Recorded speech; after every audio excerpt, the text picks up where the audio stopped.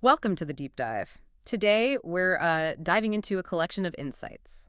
It's all pulled from a study looking at various women in the Bible. Right. Our goal is really to unpack this material, find those surprising nuggets of knowledge, and see what they might offer for you today. Exactly. We'll explore the lives of women like Sarah, Rahab, Abigail, Esther, Mary, the mother of Jesus, the Samaritan Woman, the Canaanite Woman, Mary of Bethany, Mary Magdalene, and even, well, the fire. Wow, quite a list. Yeah, it's a real deep dive into how they navigated some pretty complex lives, how they showed faith and encountered God, often in ways they really didn't expect. Okay, let's get into it. So the material starts by looking at God's promises, right? And how they don't always, unfold the way we might think. hmm And it kicks off with Sarah. Sarah, promised motherhood, nationhood, yet childless for ages. For decades. And the study, it points out her impatience. I mean, it says she actually tried to rush God's plans. Right, you see those missteps, like giving Hagar to Abram, or Abram lying about her being his sister. That whole thing in Egypt. Yeah, those moments. And yet, the material also reminds us, despite all that, Abram and Sarai left Ur basically on faith alone. They didn't even know where they were going. Yeah, Hebrews mentions that. And this is where it gets really interesting, I think.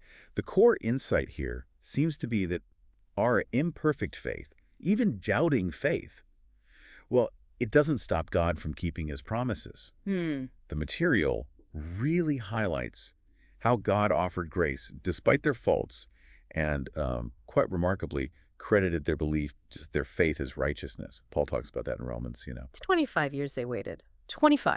And then at 90, God changes her name to Sarah, Mother of Nations. Like another huge confirmation that the promise was going to happen. It really makes you ask, doesn't it? How do you hold on to hope when you're waiting on God? Especially when that waiting feels, well, the study calls it dreadfully routine. Dreadfully routine. I like that description. Yeah. And the materials suggest, basically, don't give in to the doubt. Instead, you focus on God's track record, his faithfulness, and keep your eyes fixed on his love and grace. That really resonates. I mean, think about your own life, right? How does waiting on God's timing feel for you? And speaking of God showing up in unexpected places, the material then turns to Rahab. Ah, Rahab. Right, a prostitute in Jericho. And what's surprising straight away, the study emphasizes her faith in the one true God of the Israelites before she even met any Israelites. Yeah. That act of hiding the spies, it wasn't just about survival, It came from that faith. And what's fascinating is how this leads to her being, the study says, grafted into the Hebrew culture. When she ends up in the family line of Boaz, King David, and eventually Jesus himself. Amazing. The material uses her story explicitly to show that, and I'm quoting here, God has a place for the Rahabs of the world. So from being an outcast in this city that was basically doomed To being adopted into God's family. Yeah. The study digs into this theme of forgiveness and adoption, like moving from being this condemned outsider to a beloved child who can actually call God Abba, Father. That's like a really intimate, trusting name. Yeah, Daddy. Pretty much. The analogy from the material is it's spot on. Jesus knows the way out of that doomed city of sin, and, well, he guides us to safety. It raises a really important question for you listening. Have you ever felt like maybe you were beyond God's forgiveness or beyond his reach? What does Rahab's story tell you about who God can redeem? Because the material is just incredibly clear on this point. Absolutely. It says there's no one alive who is beyond God's ability to redeem, period. Powerful stuff. Okay, so moving from faith in these unlikely places, the study brings in Abigail, a woman whose wisdom, it says, actually quieted the wrath of King David. Right. The scene is 1 Samuel 25. David and his guys, they've been protecting the shepherds of this guy, Nabal. Nabal, yeah. Wealthy, but not exactly Mr. Nice Guy. Not at all. He insults David, refuses to give his men any provisions. Just nasty. The material calls him a fool in that biblical sense. Meaning someone characterized by selfishness, hatred, pride. Basically operating by what the study calls the code of the jungle. Dog eat dog. But Abigail steps in. She acts fast, gathers supplies, goes to meet David, crucially, without Nabal knowing. And her approach, that's the key thing. Humility, bowing down, taking the blame for her husband's foolishness, and speaking these incredible wise words. The study points out she likely sought wisdom from God for this. Yeah, like James talks about, asking God for wisdom. What's so powerful here is how her wise words and a humble attitude can divert others from a destructive path. Yeah. Humility, the study suggests, is just crucial. It lets God's grace shift our focus away from, building our own little kingdom Right. and towards the real kingdom. The material uses a great analogy. Instead of just staring at Nabal, the troublemaker, the source of your frustration, Yeah. you shift your gaze to Christ, the mediator. That's good. So it makes you wonder, where do you see this code of the jungle playing out? Maybe in your workplace or family or just around you. And how could wisdom and humility change how you handle conflict in those situations? Are you willing, really, to be a peacemaker? Good question. Okay, from wisdom and peacemaking, we pivot to boldness and divine timing. And who better than Esther? Esther, absolutely. A young Jewish queen right there in the Persian court, placed there for such a time as this. You gotta remember the context. The Jewish people are exiles, Mhm. living under King Xerxes, this unbelievably powerful king known for his temper. Yeah, feared, but the material contrasts him, this earthly king, with God, the true King of Kings. Then there's Haman and his terrible plot to just annihilate the Jews. Mordecai finds out, and he pushes Esther, doesn't he? He says, you're in a unique spot here. You have to do something. And that critical moment arrives. She has to go before the king uninvited. That can mean instant death. Just to plead for her people. And Mordecai's famous challenge to her, who knows, you may have been chosen queen for just such a time as this. The material connects that directly to this powerful idea of partnering with God, trusting his timing, his purpose, even for our lives. The emphasis is really on boldness. Totally. The study reminds us that because we're God's children, we can actually come boldly to the very throne of God. It's not like Esther approaching Xerxes. Right. Like Esther, the material points out, we've sort of been taken from obscurity and given these royal robes, the righteousness of Christ. There's this simple little story in the material about a daughter who keeps asking her dad for a desk, persistently, boldly. Okay. And sees to illustrate how that kind of bold ask, it's actually welcomed in a relationship with a loving father who, wants the best for us. So how does that challenge you then? How boldly do you approach God with your requests? And do you trust that maybe God has placed you exactly where you are for such a time as this? Food for thought. All right, our deep dive carries on with women who really understood trust and maybe different kinds of service. Mary, the mother of Jesus, and Mary of Bethany. Let's start with Mary, Jesus' mother. The material really emphasizes her ordinary background. I mean, incredibly ordinary. And the circumstances around Jesus' birth. So humble. Yeah, no big show. The study puts it starkly. No fanfare, no fireworks, just the slamming doors of rejection. Oof. It points out Mary and Joseph were just average, working-class, ordinary people. And God chose them for the biggest story ever told. What's really striking is Mary's response when the angel tells her she'll bear the Messiah. Behold, the bondslave of the Lord, may it be done to me according to your word. Yeah. Just complete surrender. Yeah. And the material observes something profound here. God seems less interested in talent and more interested in trust. You see that trust play out later too, right? At the wedding. In Cana. Yeah. The wine runs out. Big problem at a wedding. Huge problem. Mary just notices it, tells Jesus, and then tells the servants, whatever he tells you, do it. Simple as that. And the study emphasizes she didn't try to fix it herself. She didn't run around panicking. She took the problem straight to Jesus. That's presented as a model for us, isn't it? Absolutely. Take your concerns directly to God. Don't just, worry endlessly or try to solve everything in your own strength first. Okay, then there's the other Mary. Mary of Bethany, Martha and Lazarus' sister. Right. And material contrasts her with Martha in that famous story from Luke 10. Martha's busy running around, serving. Worried and upset about many things, Jesus says. While Mary has chosen what is better. She's just sitting at Jesus' feet listening. The study is pretty direct about this one. It is. It says, God is more pleased with the quiet attention of a sincere servant than the noisy service of a sour one.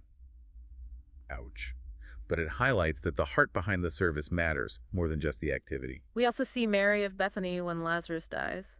That whole story. Yeah, initially she stays home, grieving. And when she finally sees Jesus, she says, Lord, if you had been here, my brother would not have died. There's frustration there, grief. And Jesus' response is incredible. He weeps with her, just shows this deep empathy. He meets her right in her pain. But then he demonstrates his absolute lordship over death by raising Lazarus. Wow. It's such a powerful connection for us, isn't it? Jesus understands our suffering, he has empathy, and he has the ultimate power over death itself. That offers huge hope. resurrection hope. And finally, with Mary of Bethany, the material covers her anointing Jesus, pouring that expensive perfume on him before his burial. Yeah, this is called an act of love remembered. And it's described as extravagant and risky. Risky how? While that perfume was worth a year's wages, think about that. It wasn't practical. Judas objected, remember. But it was this outpouring of lavish love and worship for Jesus. The study suggests the reward for that kind of risky love is always greater than its cost. It makes you think, where in your life could you show that kind of risky, extravagant love? Maybe towards God, maybe towards others. And it brings up that contrast again. In your walk with God, do you tend to lean more towards being a Martha? Busy, worried, maybe serving out of obligation. Or a Mary, focused on just being with Jesus first. Yeah. And are you really bringing your worries straight to him, like Mary of Cana? Heavy questions. Okay. Okay, shifting gears pretty dramatically now. Yeah. This study explores the transformation of the Samaritan woman. Jesus meets her at, well, John chapter 4. Right. And the material paints her as a double outcast. First, she's a Samaritan. You know, that long, bitter history of division between Jews and Samaritans. Yeah, deep-seated prejudice there. And second, because of her personal life, multiple husbands, currently living with a man she wasn't married to, she likely faced a lot of social stigma. But Jesus just walks right through those barriers, doesn't he? A Jewish man talking openly with a Samaritan woman, unheard of. Totally breaks the rules. And the study notes, Jesus looked right past her exterior, past her messy relationships. He was looking for, and this is a great phrase, worshipers who had interiors soft enough for his spirit. He offered her kindness, dignity, zero condemnation. The conversation is amazing. He asks for water, then offers her living water. He gently brings up her marital history. Which exposes her sin, her need. And she pivots, doesn't she? Asks about the right place to worship. She seems to be genuinely searching for God. Yeah. And the study points out that Jesus calls us to expose our sin to the light so we can find healing and transformation. He brings it up not to shame her, but to heal her. Then comes the massive reveal. He tells her plainly, I, the one speaking to you, I am she. He's the Messiah. And her reaction, just incredible, instant transformation. She leaves her water jar, the very reason she came, runs back to her town. A time where she was probably an outcast. Exactly. And tells everyone, come, see a man who told me everything I ever did. Could this be the Messiah? The material really captures her excitement. I just talked to a man who knows everything I ever did, and he loves me anyway. Wow. Just what? The study poses a really thought-provoking question here. Why do you think Jesus chose her, this unlikely person, to be his very first missionary, essentially? Yeah. It says Jesus is just exuberant when he takes a life that was drifting and gives it direction. So what about you? What walls do you see dividing people in your world? How has Jesus transformed your life, maybe moving you from drifting to direction? And maybe what keeps you from fully allowing Christ to keep changing you? Heavy stuff. No. Okay, next up, the study looks at the Canaanite woman, Matthew 15. Another outsider, a Gentile whose daughter was suffering terribly. Yeah, demon-possessed. And this happens right after Jesus has had this conflict with the religious leaders, the Pharisees, about their traditions versus God's commands. So the tension is already kind of high. Right. And this woman comes up crying out for help. Even Jesus' own disciples are annoyed. They're like, send her away, she's bothering us. But the study highlights her faith. It was simple, yet profound. Totally. She knew her daughter was weak, and she knew Jesus was strong. That was it. She wasn't relying on her heritage or religious deeds, just only on Christ. But the conversation she has with Jesus, it's tough, really tough. Oh, it is. He's silent at first. Then he says he was sent only to the lost sheep of Israel. And then comes that really difficult comparison, comparing Gentiles to dogs getting crumbs from the master's table. It sounds so harsh. It does. But her reply is just astonishing. She doesn't back down. She's persistent, witty even, and full of faith. Yes, Lord, she says, but even the dogs eat the crumbs that fall from their master's table. Wow, what faith. The study calls it radical risk-taking faith. And what's amazing is Jesus was clearly delighted by her response. He immediately grants her request, heals her daughter. It's such a powerful demonstration of God's acceptance, isn't it? Reaching beyond those expected boundaries. Absolutely. Like the study quotes from Acts, God accepts anyone who worships him and does what is right. It doesn't matter where you come from. And the material adds that Jesus was delighted when we ask him to do what he came to do, give great gifts to us, his unworthy children. He really did break down social barriers. Constantly. The study points out he spent his whole earthly life walking in the mess of this world. And it adds, maybe a bit humorously, that if Jesus had like a social media feed, Yeah. it would have included the likes of Zacchaeus the Ponzi Meister, Matthew the IRS agent, and some floozy he met at Simon's house. He wasn't afraid of messy people. That really puts it in perspective. So how do you tend to rely on things like your background or what Yeah. you've done or your status instead of just faith in Christ? Have you ever felt like an outcast, just hoping for those crumbs of God's grace? Her story offers so much hope. Definitely. Okay, our exploration continues now with encountering the God of surprises.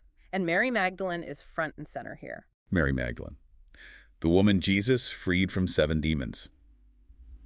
The study actually uses the story of the demoniac in Mark 5 to illustrate what Satan's goals look like. Like what?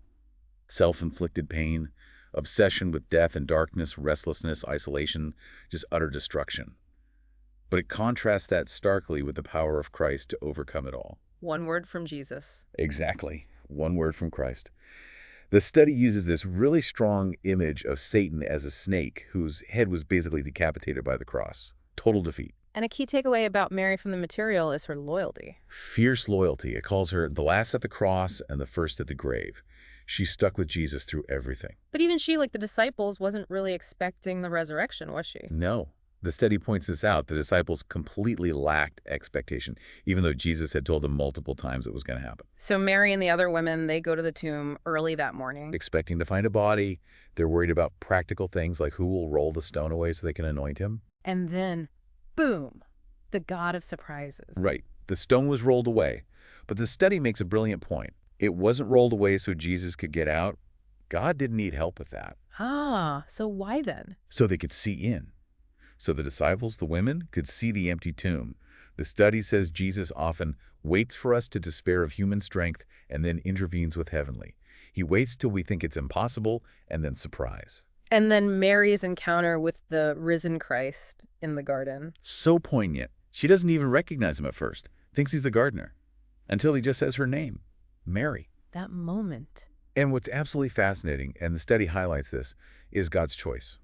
He chose Mary, a woman, in that culture where women's testimony wasn't highly valued. He chose her to be the very first witness to the resurrection. That says so much. It really shows, as the study puts it, the way God operates in this world. He constantly surprises us each day. So have you experienced that? Moments where the God of surprises showed up in your life totally unexpectedly? How has God maybe used unlikely people or challenged your neat little expectations about how things are supposed to work? And how does Mary Magdalene's loyalty challenge you?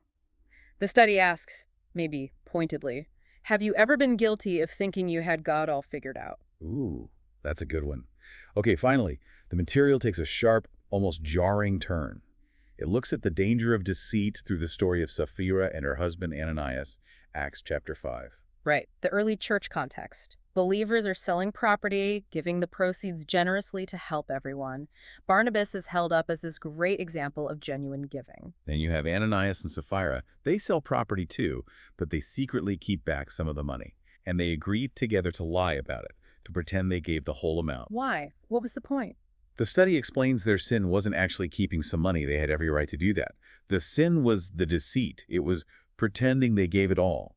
They wanted the appearance of sacrifice without the sacrifice. They were lying ultimately to God and the Holy Spirit. And the material links this to our own desires, doesn't it? It does. It says our longings for approval, for recognition, and for affirmation can be found in you, God.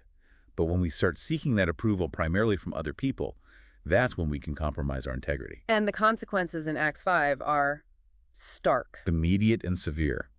Both Ananias and Sapphira die right after Peter confronts them about their lie. It's shocking. The study offers a really sobering perspective on this for us today. Yeah, it says the wages of deceit is still death. Maybe not physical death instantly, like in their case, but it could be the death of a marriage, the death of a conscience, or the death of our witness. Deceit destroys. It really makes you stop and think. Where are you tempted, maybe subtly, to seek the approval of others more than God's approval? Are your dealings, your conversations, marked by real honesty? Candor. The study connects this back to Jesus' strong warnings about hypocrisy. You see that a lot in Matthew 23, and also the parable of the talents.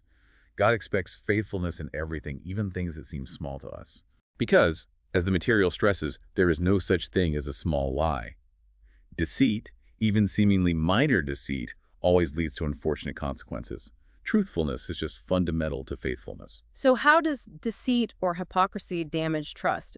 Not just with God, but in our relationships, in our ability to genuinely represent our faith to others. The study leaves us with a direct challenge. Examine your heart. Do you tell the truth? Always.